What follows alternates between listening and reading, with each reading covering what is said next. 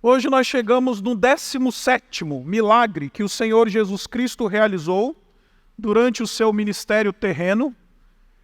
E hoje nós estamos dando uma pausa. Hoje nós vamos encerrar temporariamente esta série. Ano que vem nós vamos voltar, porque você sabe, você que é da casa sabe que nós estamos combinados de tempos em tempos nós voltarmos aos milagres que o Senhor Jesus Cristo realizou, que estão registrados no Evangelho, nos Evangelhos, e que, enfim, totalizam um total de 35 milagres. Como nós, da liderança da igreja, não queremos matar você em 35 domingos, direto, numa navegada única, ao longo dessa jornada, então nós decidimos fazer em doses homeopáticas. Chegamos hoje, literalmente, na metade dessa jornada, mas hoje nós estamos encerrando parcialmente essa nossa reflexão acerca dos milagres do Senhor Jesus Cristo. E hoje nós vamos conversar sobre, refletir sobre este milagre que o Senhor Jesus Cristo realizou, que diz respeito à restauração da visão destes dois cegos. Este é um milagre que só é registrado pelo evangelista Mateus. E é muito interessante, meus irmãos, que para que a gente possa entender o que está escrito aqui, a gente precisa, antes de qualquer coisa, entender um pouco daquilo que é a esperança judaica para a figura do Messias esperado.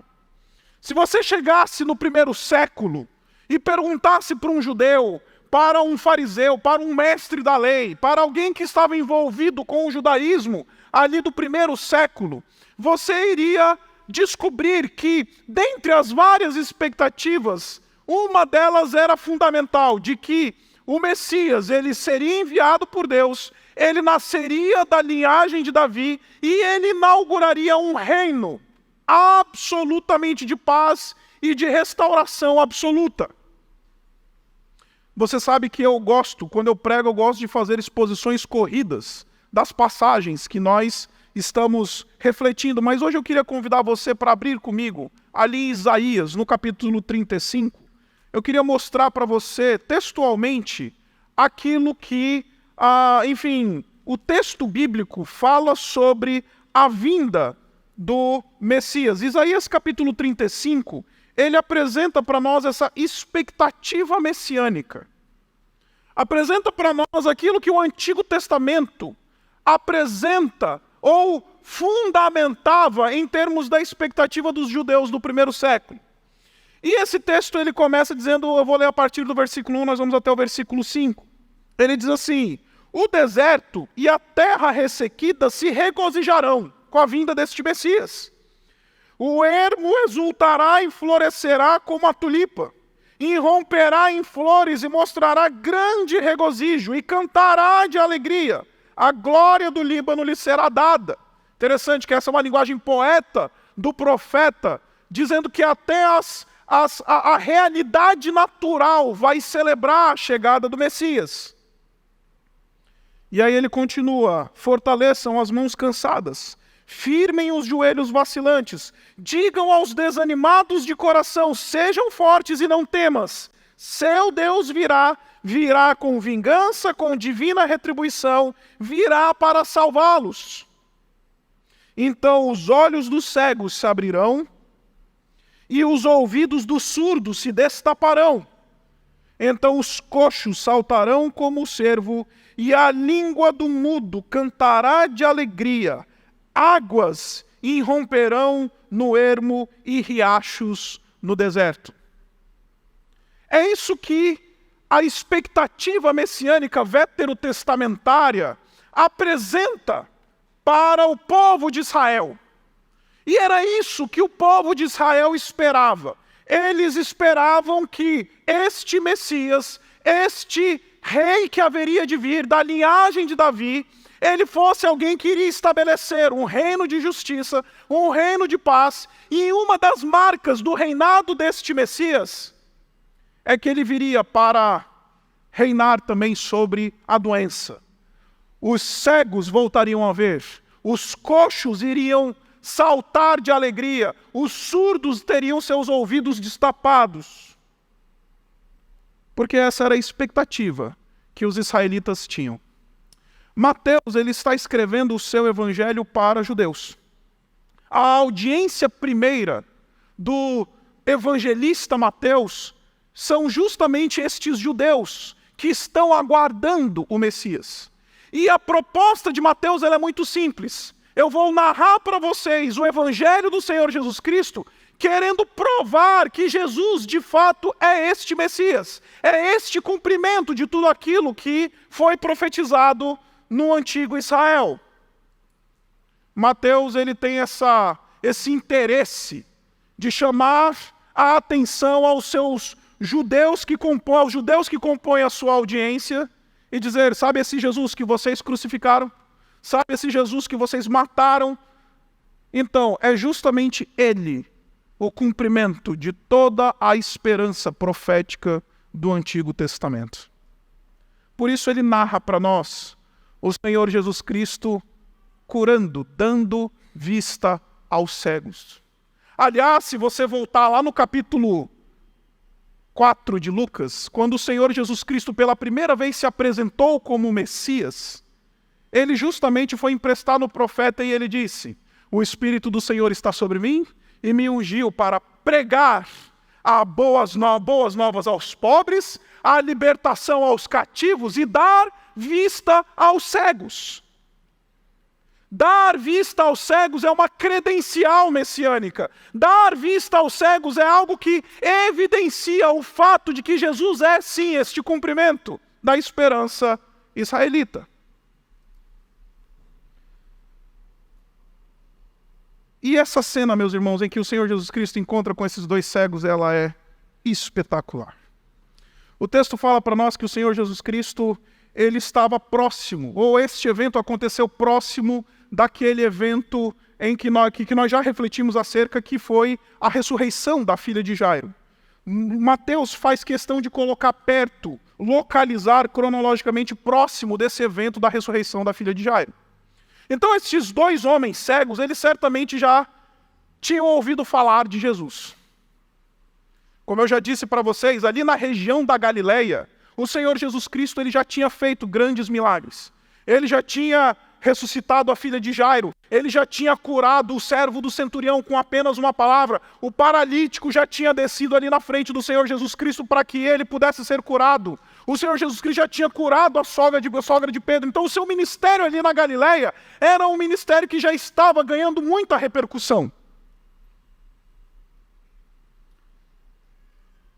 E é interessante, porque embora eles sejam dois cegos, eles sabem dizer quem é Jesus.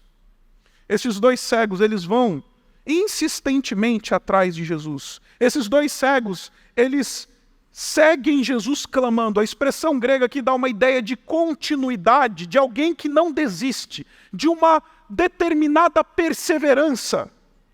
E eles dizem, filho de Davi. É interessante, eles são cegos, mas eles têm uma percepção absolutamente clara acerca de quem seja Jesus.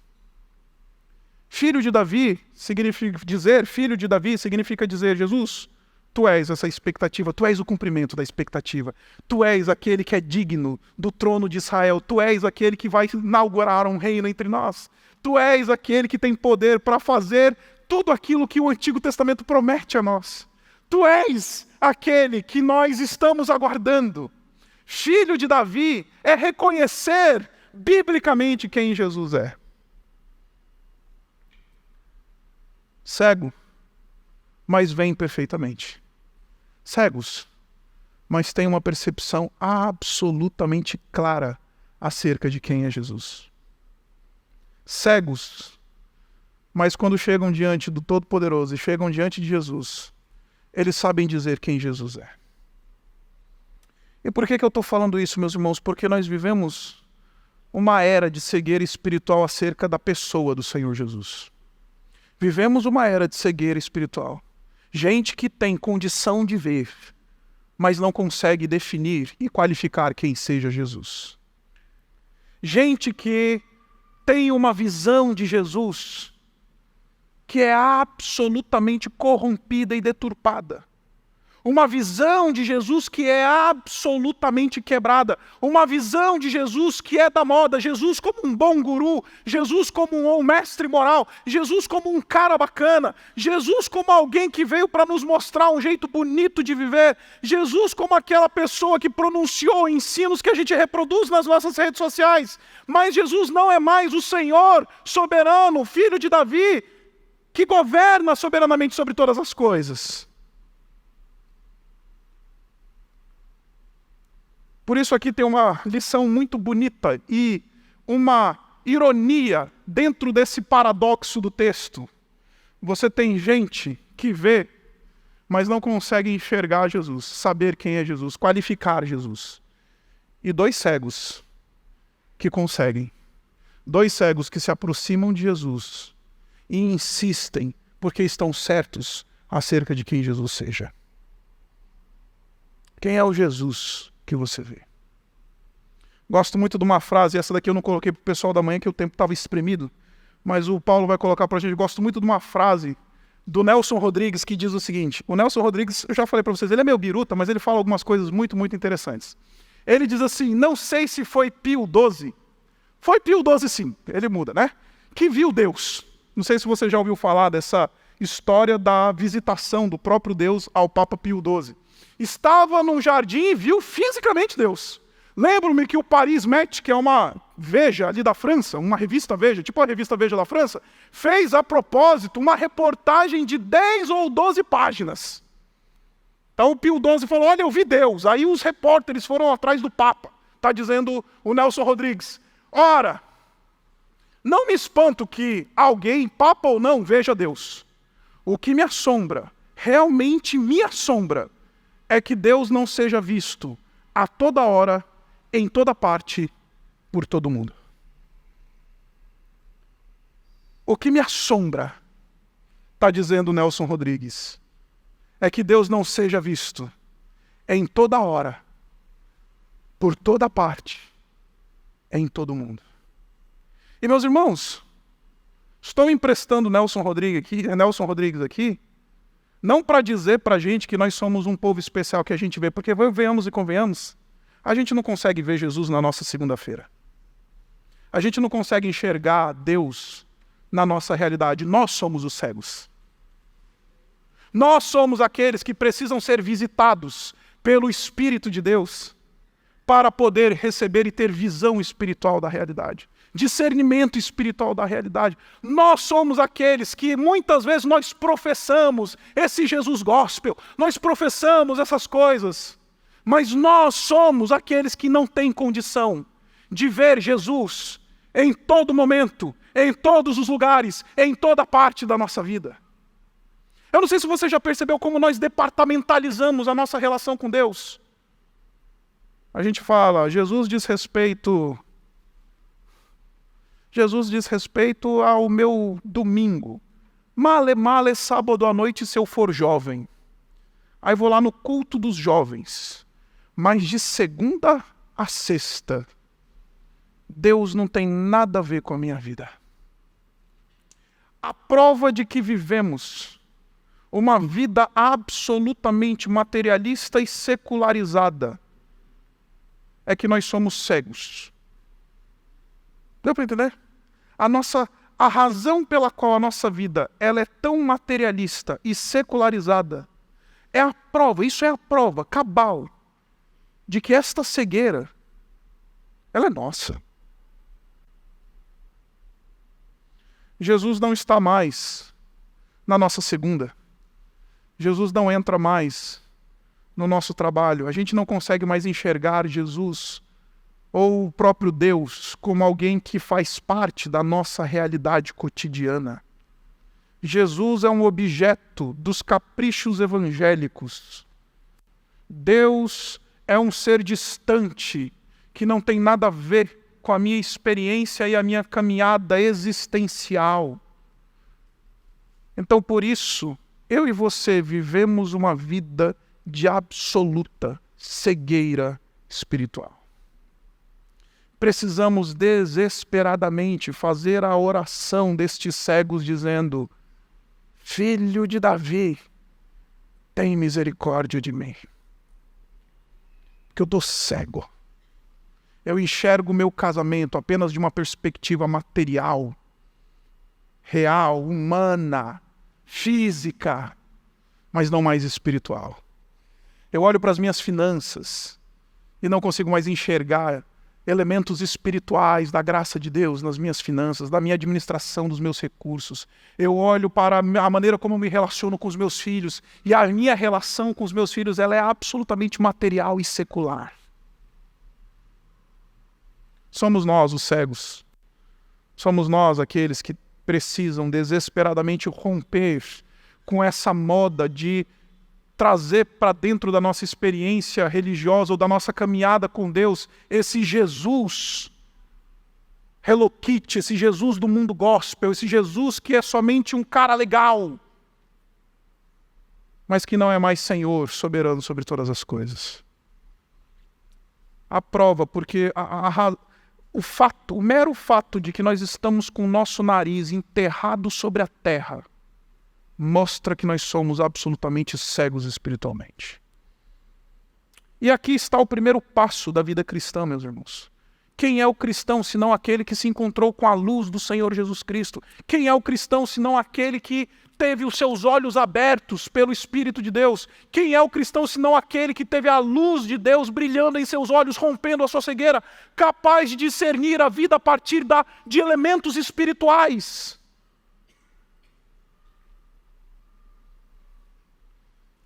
Então acredite, esses homens, eles começaram muito bem. Porque eles já estão recebendo a operação do Espírito ao simples fato de conseguir identificar Jesus como Ele é verdadeiramente. Acredite, já tem uma obra do Espírito ali. O simples fato deles chegarem ao ponto de conseguir dizer, filho de Davi, rei esperado e aguardado, já há uma obra do Espírito Santo nos corações desses homens. E eles apelam para a misericórdia do Senhor Jesus. Tem misericórdia. Você poderia traduzir a expressão grega como tende piedade. Ou tenha pena de nós. E aí então, num primeiro momento, Jesus não atendeu. Porque enquanto Jesus está na rua e ele está andando, esses homens estão lá gritando, filho de Davi, tem misericórdia de nós. Mas num primeiro momento Jesus não atendeu estes homens. O versículo 28 fala para nós que Jesus primeiro entrou na casa, a gente não sabe que casa foi essa. Ele entrou na casa e os cegos se aproximaram. Ou seja, saímos do ambiente público e agora nós estamos entrando no ambiente privado. E aqui Jesus decide testar a fé destes homens. Aqui Jesus está decidindo trabalhar elementos muito, muito profundos no coração desses homens, porque Jesus vai para o lugar particular, ele entra na casa e ele faz uma pergunta muito, muito interessante. Ele diz assim, vocês creem que eu sou capaz de fazer isso? Eu acho essa pergunta sensacional e primeiro eu quero corrigir uma interpretação errada que muitas pessoas ensinam a partir desse texto, que eles dizem o seguinte, se você crer muito, você vai receber muito milagre.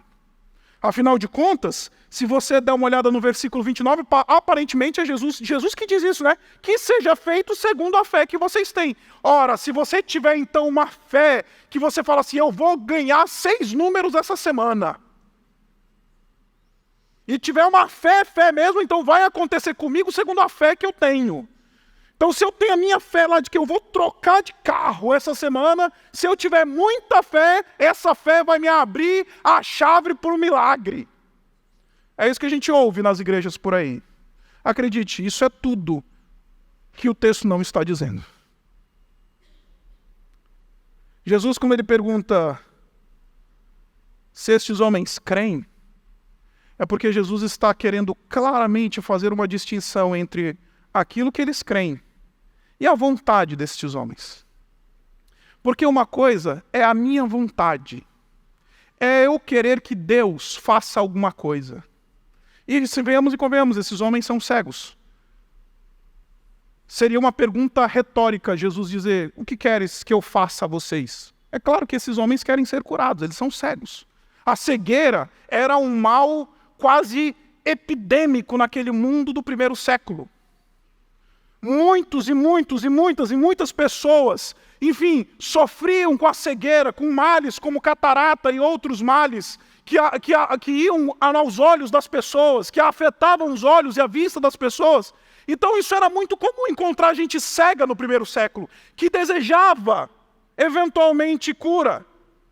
Mas uma coisa é eu desejar muito que Deus trate o meu casamento. Uma coisa é eu desejar muito que Deus trate a minha relação com os meus filhos. Uma coisa é eu desejar muito que eventualmente Deus trate alguma coisa na minha vida. Outra coisa é eu crer de fato que Ele vai tratar o meu casamento. Outra coisa é eu crer de fato que Ele tem poder para mudar a minha vida. Outra coisa é eu crer de fato que Ele tem poder para transformar o meu coração lascivo e maledicente.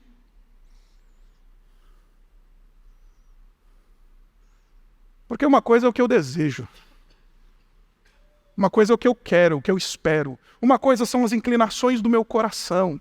Mas outra coisa é aquilo que eu de fato creio. É aquilo que de fato a minha fé me informa. E existe um universo de distância entre essas duas coisas. E a gente transforma, por causa de um evangelicalismo que se move a partir das nossas inclinações e desejos espúrios do nosso coração, Jesus vira meio que um despachante celestial atendendo os nossos desejos, atendendo às nossas vontades. A gente rebaixa Jesus a mero despachante celestial que eventualmente vai fazer aquilo que eu quero. Quando Jesus pergunta para esses homens, vocês creem que eu posso fazer isso? Ele está tirando da esfera do desejo deles. Ele está falando, vocês realmente acham? Vocês realmente compreendem quem eu sou? Vocês realmente têm essa convicção profunda no coração de vocês de que eu tenho capacidade de redimir essa situação que vocês estão enfrentando? E meus irmãos, como a gente confunde a nossa vontade, os nossos desejos, as inclinações do nosso coração com a vontade de Deus. O nosso coração começa a andar por esse mundo, correndo atrás de ídolos às vezes, ou às vezes tendo até desejos legítimos, positivos. E aí a gente, por causa disso, a gente necessariamente faz essa matemática. Já que eu desejo, então é a vontade de Deus. Não. Porque uma coisa é eu desejar, outra coisa é eu crer que Deus tem poder para atuar nessa área da minha vida. Uma coisa é eu querer que meus filhos se convertam, é eu querer que meus filhos saiam da rebeldia, é eu querer que os meus filhos eles andem por bons caminhos. Outra coisa é de fato eu crer que Jesus tem poder para tratar o coração deles. Uma coisa é eu querer subir ganhar a minha promoção no emprego, e eu desejo isso. Aí a gente fala, não, isso é da vontade de Deus, né? Não, isso é só um desejo do teu coração. É outra coisa completamente diferente eu dizer que creio que Deus ele pode fazer isso por mim. Ah, meu irmão e minha irmã, como a gente confunde os nossos desejos com a vontade soberana de Deus. Por isso que Jesus ele testa estes homens. Eles querem só uma cura ou eles creem de fato em mim? Eles querem só uma bênção ou eles entenderam que eu sou a esperança deles? Eles querem só algo que eventualmente eles vão desfrutar ou eles querem de fato se encontrar comigo de uma maneira totalmente redentiva? E meus irmãos, como a gente se aproxima de Deus nesses termos? Como a gente transforma Deus como um mero concessor de dádivas e desejos do nosso coração? E eu não sei se você já parou para perceber que, pelo menos na minha experiência, talvez você seja mais crente do que eu, e é bem possível que você seja muito mais crente do que eu. Quando eu vejo Deus não atendendo os meus desejos, eu fico frustrado e reclamo. Quando eu vejo Deus amorosamente não atendendo à tolice dos desejos do meu coração, sabe qual que é a minha tendência? Não é falar, ah, Jesus, tu sabes o que é melhor para mim. Não, eu reclamo. A minha filha é assim. Absolutamente inconsequente, 2 anos e meio. 2 anos e meio. Hoje à tarde aconteceu um negócio que eu falei, eu vou usar isso de ilustração. Estava eu vendo o primeiro tempo do jogo, concentrado no jogo. Aí vem a Antonella com um pacote de plástico descartável, de garfo e faca. E ela virou para mim e falou assim, papai, abre para mim. Embora fossem talheres descartáveis, deu logo para eu perceber que aquele talher ali na mão daquela criança ela ia se machucar. Aí eu virei para ela e falei assim, não, dá aqui para o papai e guardei. Ela se emburrou. Ficou chateada. Papai, você me ama? É justamente porque eu te amo, minha filha, que eu não vou te dar o que o desejo do teu coração quer. Como a gente precisa de um Jesus que nos ajuda a testar se nós transformamos Jesus num mero concessor de bênçãos ou alguém em quem toda a nossa esperança está. Ou alguém que de fato nós nos lançamos sobre ele como a nossa última esperança e a nossa redenção. Então, meus irmãos, a caminhada cristã não é só sobre ter os olhos abertos pelo Espírito de Deus e deixar uma cegueira espiritual. A vida cristã também é sobre confiar em fé num Deus absolutamente bom, que até os seus nãos são expressão da sua bondade, até a sua aparente indiferença é expressão da sua bondade e da sua misericórdia. Note, Jesus não deu atenção para esses homens de maneira imediata, não, eles tiveram que correr atrás de Jesus. E a segunda lição preciosa dessa cena é que, note, como eu disse, Jesus está dentro da casa, porque Jesus ele não vai ter uma experiência com esses homens no ambiente público. Sabe por quê? Porque eu e você precisamos nos encontrar com Jesus no lugar secreto. Porque sim, a caminhada cristã, ela é coletiva, ela é comunitária. Mas não sem que tenhamos tido a chance de encontrar com Jesus face a face. Jesus espera chegar na casa, no ambiente privado, porque agora ele quer chamar esses 2 homens e falar, agora é comigo. Agora não é mais o teatrinho para todo mundo ver. Agora não é mais o filho de Davi para as pessoas ouvirem e falarem, puxa, olha só como esses cegos eles entendem de teologia do Antigo Testamento. Agora é comigo. Ele traz estes homens para o ambiente da privacidade. Porque, meus irmãos, acreditem, eu e você, nós precisamos absolutamente deste lugar de encontro com Jesus, para a gente poder ter a chance de dizer, Jesus, tu não és mero concessor de bênçãos, tu és o meu Deus, meu Senhor, eu creio que tu podes me redimir. E como a gente perdeu a dimensão do lugar secreto com Deus, do lugar em que a gente não mais chora no nosso quarto, porque a gente foi ensinado a pensar que eu sou cabeça e não cauda. Crente não chora. Crente não passa por angústia, crente não fica chateado com Deus. A gente precisa lembrar que existe uma dimensão do lugar secreto, existe uma dimensão do convite de Jesus para ir para o ambiente privado, para que a gente possa se encontrar com Ele e rasgar o nosso coração e dizer, ah, Jesus, eu ando meio confuso. Eu preciso examinar o meu coração criteriosamente, porque tu não deve ser tratado como mero concessor de bênçãos, mas deve ser aquele a quem eu entrego a minha esperança. Quando foi a última vez que você entrou no teu quarto, fechou a porta, dobrou os teus joelhos e se permitiu conversar com o teu Deus no ambiente da privacidade, no ambiente do quarto, quarto da casa, você e Deus. Quando foi? Aqui é muito bonito. Aqui é tudo muito legal. É organizado. Mas nós precisamos deste lugar secreto com o nosso Deus. E a vida cristã não se desenvolve sem isso. Então esses homens respondem positivamente. Operação da graça de Deus. Sim, Senhor. E aí então nós temos o milagre. Jesus toca os olhos deles e diz que seja feito. Já que eu não sou o mero concessor de bênção, eu sou de fato o seu Redentor. Aquele em quem você deposita a tua esperança. Receba.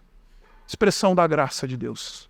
Que seja feito conforme a fé, segundo a fé que vocês têm, e a visão deles foi restaurada. Agora note, meus irmãos, que o desafio aqui não é receber um milagre, não é ser curado. O dilema aqui nesse texto não está na demonstração de fé desses homens, que é lindíssima, e nem na discussão que Jesus tem para testar a fé destes homens. O dilema nesse texto está na obediência. Porque o texto vira para nós e fala assim, de maneira muito interessante. Jesus diz assim no final do versículo 30. Então Jesus os advertiu severamente.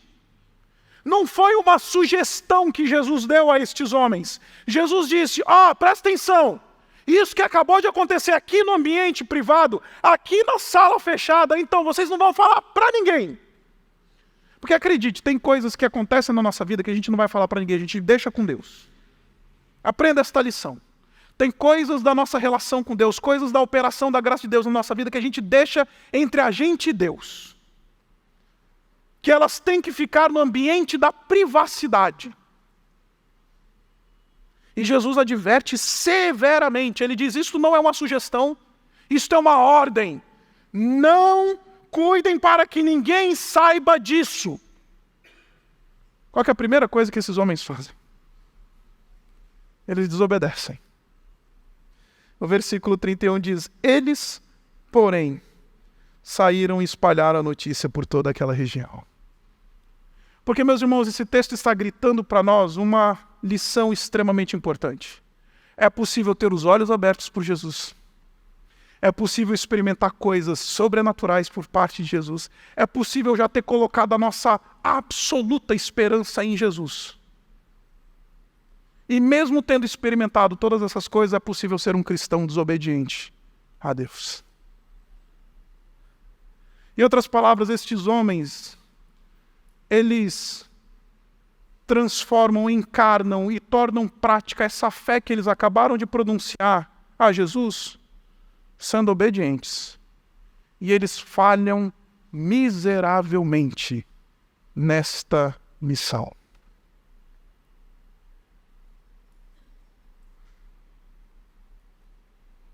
Receber milagre não quer dizer nada. Ter tido os olhos abertos por Jesus é uma coisa linda, sublime, maravilhosa, redentiva. Mas se isso não é traduzido em obediência prática, não tem valor. Porque no final do dia, meus irmãos, a vida cristã é uma jornada de obediência. A vida cristã é confiar tanto em Jesus, a ponto de falar, Jesus, eu vou te obedecer.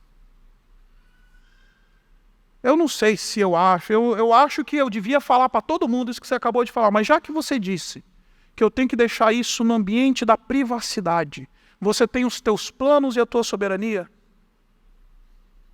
eu vou obedecer. Porque aqui, meus irmãos, está o grande dilema da experiência cristã. A gente acha que o grande dilema da experiência cristã é um milagre. O grande dilema da experiência cristã é a experiência sobrenatural. O grande negócio da experiência cristã é ir para o culto da que transforma, culto de não sei o quê, culto da libertação, culto do descarrego, culto não sei da onde, culto do Espírito mexendo assim assado. Mas é interessante, né? A gente não fala mais do culto da obediência, né? Porque a vida cristã, meus irmãos, é um convite a uma jornada de obediência.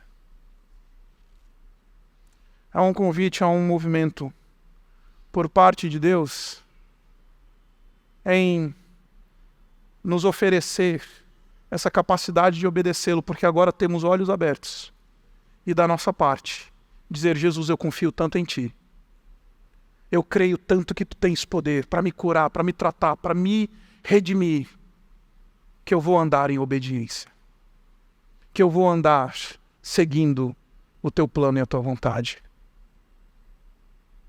Por isso, este não é um milagre sobre 2 cegos que voltam a ver. Porque o vestígio de glória, talvez você esteja perguntando em teu coração: pastor, como é que eu identifico esses vestígios de glória na minha vida na prática?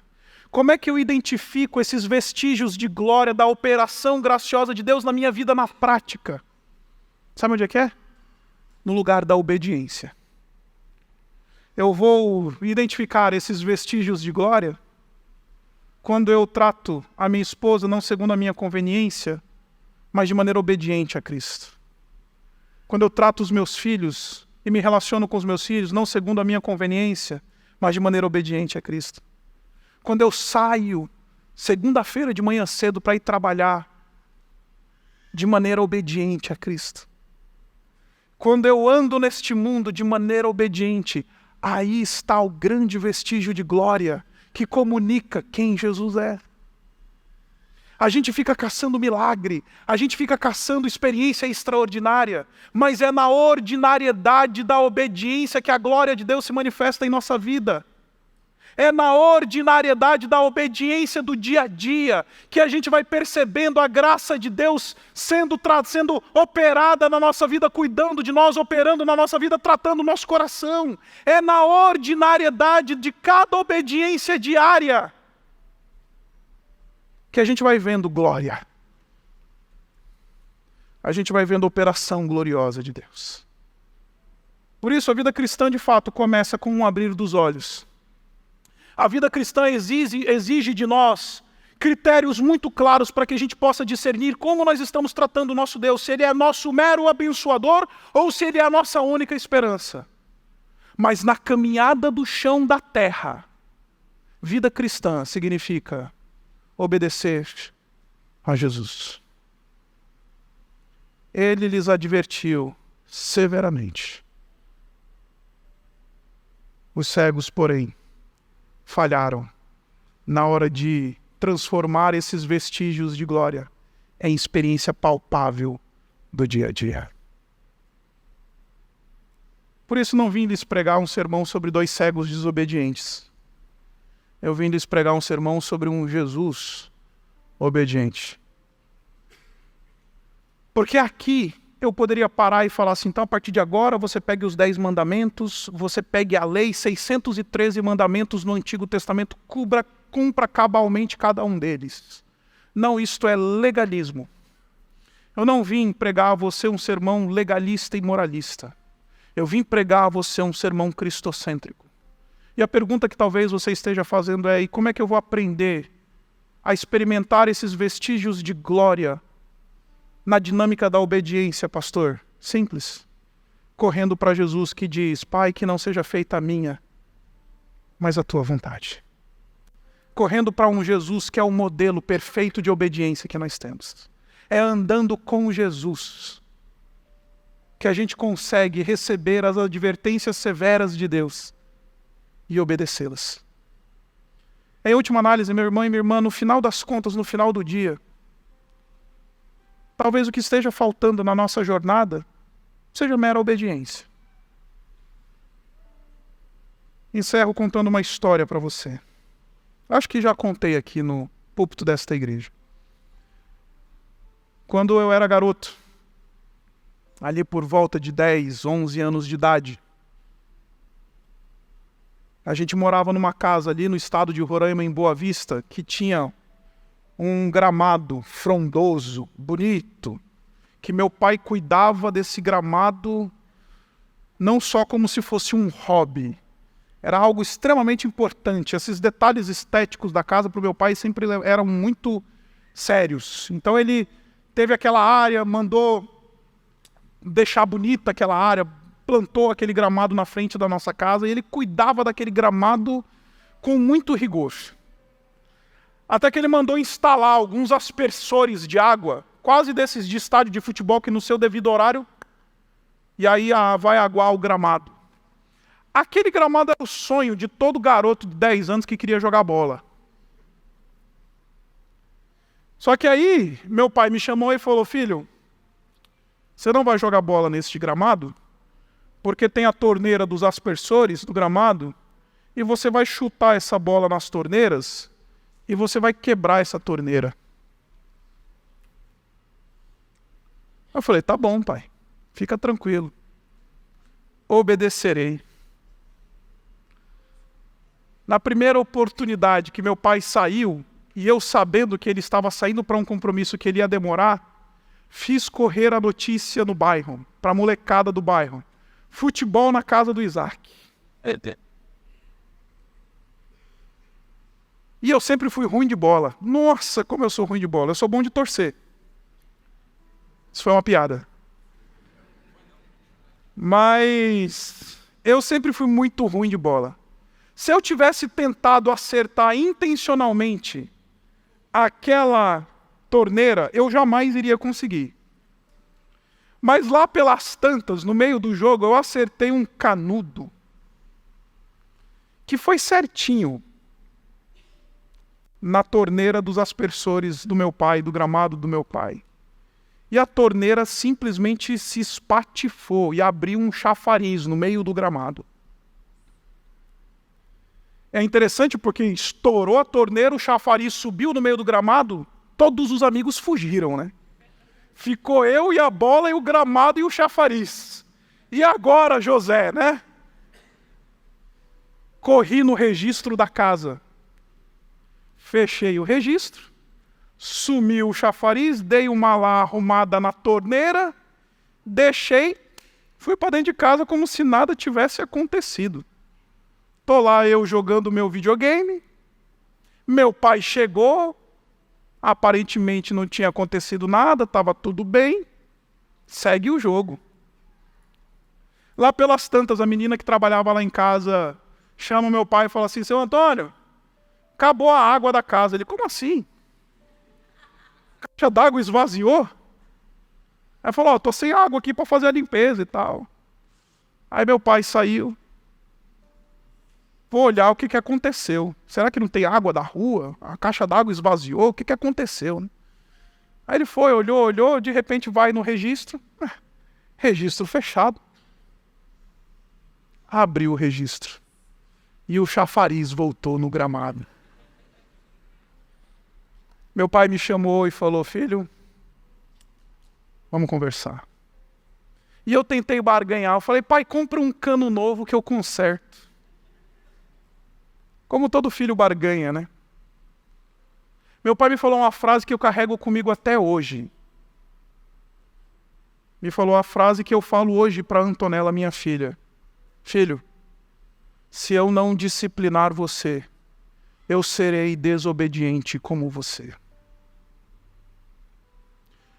Naquele dia eu aprendi que o grande dilema da vida cristã, o grande desafio da experiência cristã, não é milagre, não são coisas extraordinárias, não é fidelidade a uma campanha, seja o que for.